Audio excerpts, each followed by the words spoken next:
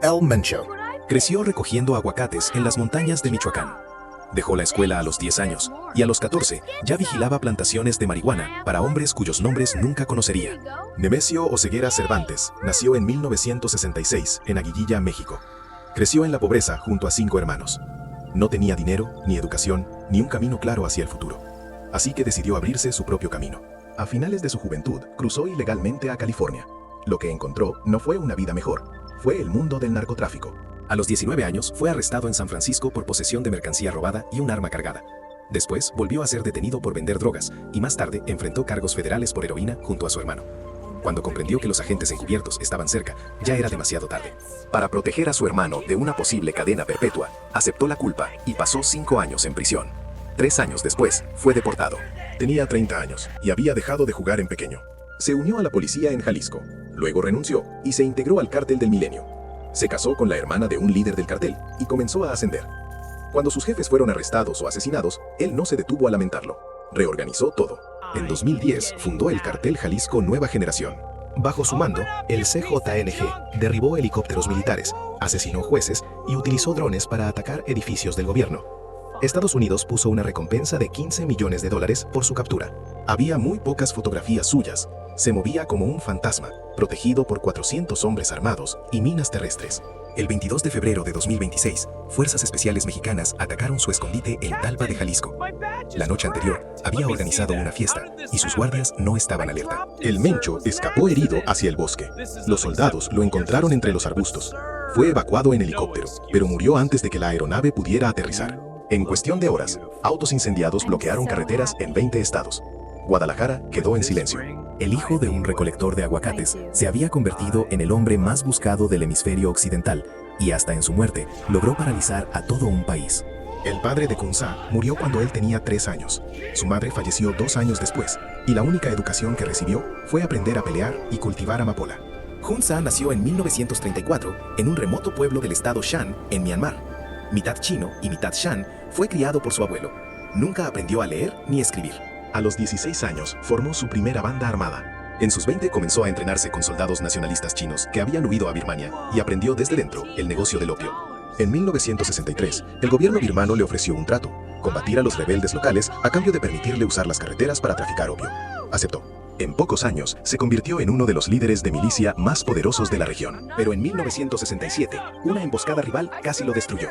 El ejército laosiano bombardeó su caravana de mulas y se apoderó de su opio. En 1969, el gobierno birmano lo arrestó por traición y lo encerró 5 años en la prisión de Mandalay. Pero aquello no lo quebró. En prisión, leyó El arte de la guerra de Sun Tzu y salió más estratégico que nunca. Tras su liberación, reconstruyó todo. Se trasladó a Tailandia y creó el ejército Mong Thai, con 20.000 soldados, refinerías de heroína y una red que suministraba casi la mitad de la heroína que entraba en Estados Unidos. La DEA calificó su producto como 90% puro. Estados Unidos ofreció $2 millones por su captura. En 2 ocasiones ofreció vender toda su cosecha de opio a gobiernos occidentales a cambio de ayuda económica. Ambas veces fue rechazado. A mediados de los años 90, ejércitos rivales lo rodeaban. En 1996, hizo un acuerdo secreto con el ejército birmano. Entregó su ejército a cambio de no extradición, no juicio y no prisión. Se mudó a Rangún con su fortuna y 4 amantes adolescentes. Murió en 2007, a los 73 años, por diabetes y enfermedad cardíaca, en su propia cama. El rey del opio nunca enfrentó un solo día de juicio. Felix Mitchell creció en viviendas públicas en la avenida 69 de East Oakland. No había dinero ni salida, así que creó una con heroína. Felix Wayne Mitchell Jr. nació en 1954 en Oakland, California. Abandonó la escuela secundaria y, siendo todavía adolescente, formó un grupo en su barrio, 69 Mob. Lo que empezó como pequeños delitos entre jóvenes se convirtió en la primera gran operación de drogas a escala callejera en el área de la bahía. Se conectó con grandes traficantes en Los Ángeles y Detroit y construyó un imperio de heroína que se extendía por California y el Medio Oeste. En su punto máximo, el 69 Mob generaba hasta $1 millón al mes. Marcaba su producto con sobres sellados con el número 69 y colocaba niños en cada esquina como vigilantes y mensajeros. Si una banda rival entraba en su territorio, la respuesta era un tiroteo desde un coche. Mitchell no solo dirigió el negocio de drogas, escribió el manual que las calles seguirían durante décadas. Con el dinero vivía como un rey: Rolls Royces, joyas, fiestas lujosas. Pero también hacía donaciones, como pavos para familias pobres y programas juveniles. En East Oakland se convirtió en un héroe popular. Antes de su sentencia, dijo a su oficial de libertad condicional: me gusta el dinero, me gustan las joyas y me gustan los coches finos. Y salí a conseguirlos. ¿No es eso el sueño americano? La ley lo alcanzó en 1985. Fue condenado bajo leyes federales contra capos del narcotráfico. Cadena perpetua sin libertad condicional. El juez lo llamó un reinado de terror. El 21 de agosto de 1986, 2 días antes de su cumpleaños 32, un preso lo apuñaló repetidamente en su celda en Leavenworth. Murió esa noche por una deuda de $10. Su funeral fue noticia nacional. Un carruaje tirado por caballos llevó su ataúd de bronce por 8 kilómetros de calles de Oakland, seguido por Rolls Royces y limusinas. 8,000 personas salieron a verlo pasar. Pero después de su muerte, Oakland empeoró. Sin su control del mercado, decenas de pandillas comenzaron una guerra. Los criminólogos lo llamaron la paradoja de Félix Mitchell. El rey había muerto y su reino ardía. Amado Carrillo Fuentes dejó su pueblo a los 12 años diciendo: no volveré hasta ser rico. Y cumplió su palabra. Nació en 1956 en Guamúchil, Sinaloa. Su padre era agricultor.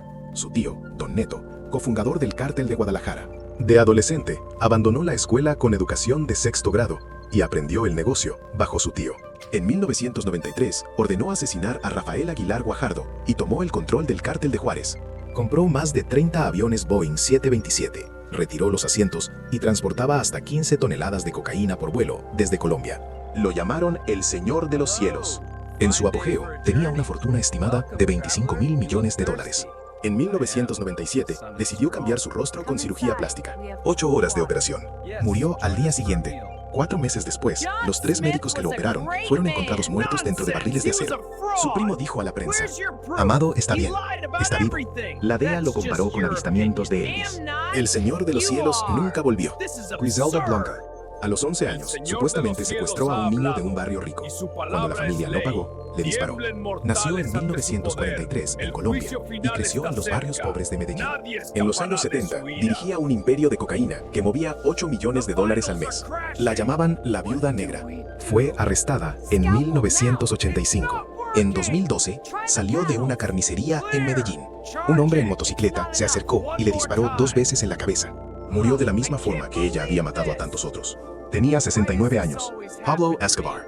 Empezó robando lápidas de cementerios, borrando los nombres y vendiéndolas como nuevas.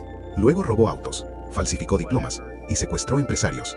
A los 25 años ya conocía su única regla: toma lo que quieras. Nació en 1949 en Río Negro, Colombia. Su padre era agricultor y su madre maestra. Fundó el Cártel de Medellín. En su apogeo, controlaba el 80% de la cocaína mundial. Forbes lo nombró uno de los hombres más ricos del planeta. Su fortuna se estimaba en $30,000 millones. Construyó barrios enteros para los pobres de Medellín. Lo llamaban Robin Hood, pero también ordenó asesinatos, atentados y la explosión del vuelo Avianca 203, donde murieron 107 personas. En 1991 se entregó, pero a su propia prisión. Una cárcel que él mismo diseñó, con discoteca, jacuzzi y cancha de fútbol. Cuando el gobierno intentó trasladarlo, escapó. La cacería duró 16 meses. El 2 de diciembre de 1993, un día después de cumplir 44 años, fue localizado tras llamar a su hijo.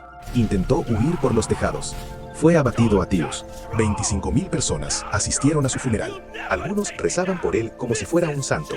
El Cártel de Medellín cayó meses después. Pero el negocio de la cocaína nunca terminó.